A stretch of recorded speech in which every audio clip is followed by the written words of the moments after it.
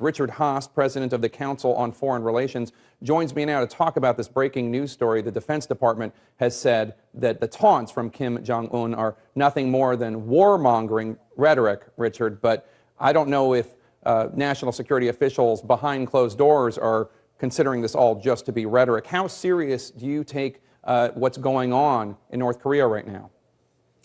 Well, Jake, I think it's most likely to be rhetoric, or more, use the real word, bluster. On the other hand, there's probably a 10% chance that it's not. And that's the reason you see things like B-2 aircraft and now ships heading towards the region. It's a way of signaling the North Koreans. It's a way of signaling the Chinese that we take this talk and these threats seriously. It's also a way of reassuring our allies, both in Seoul as well as in Tokyo. Last week on this program, the former Secretary of Defense, William Cohen, said that if the most likely thing that would happen if there were a military confrontation, some sort of shelling by North Korea of South Korea, then ultimately South Korea would respond and the U.S. would respond, and he said ultimately that would result in the destruction of the North. Kim Jong-un must know that. So why is he doing what he's doing? Well, he's trying to consolidate his position. He's what, 28, 29 years old? There's obviously some skepticism about him. He has 4 stars on his shoulder, but that doesn't make you a serious general. It's more out of Gilbert and Sullivan. So I think he's trying to gain attention and gain strength at home. The problem for him is, what does he do to declare victory? Can he get away with simply rhetoric, or does he need to do something? And if, as you suggest, he does do something, this time the South Koreans will not turn the other cheek. They will respond. And then the question is, can you keep it at that? Or do you then enter a situation where it essentially escalates, bringing in the United States?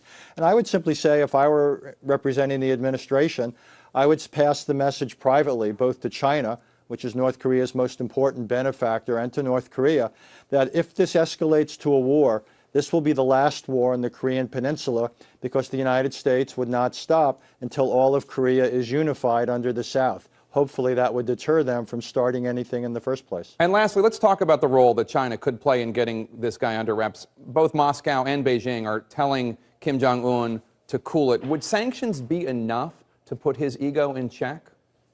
Well, what the Chinese can do is more than sanctions. Probably 2/3 of the fuel and goods transiting in and out of North Korea go across Chinese territory. If suddenly the border guards there, the customs officials, developed a case of the flu, and the border was shut down for a couple of days, I think North Korea would get the message loud and clear. The Chinese, however, are often reluctant to use all the influence they have, because they're scared of undermining their traditional ally. But they are key. Quite honestly, what happens in Beijing is at least as important, if not more important right now, than what happens in Pyongyang. And lastly, Richard, a report out today said the United States and South Korea are beefing up their cyber war readiness, either to hit North Korea or to defend against an attack. Would that be more effective than troops as far as deterrent goes?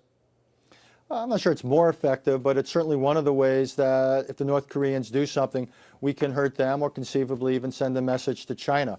So it's part of the arsenal now. It's quite interesting, Jake. This is the brave new world of contemporary warfare, and we have the traditional tools of war, but now cyber's entered into it. So North Korea, what happens on the peninsula, could actually turn out to be both a dangerous and an interesting case study.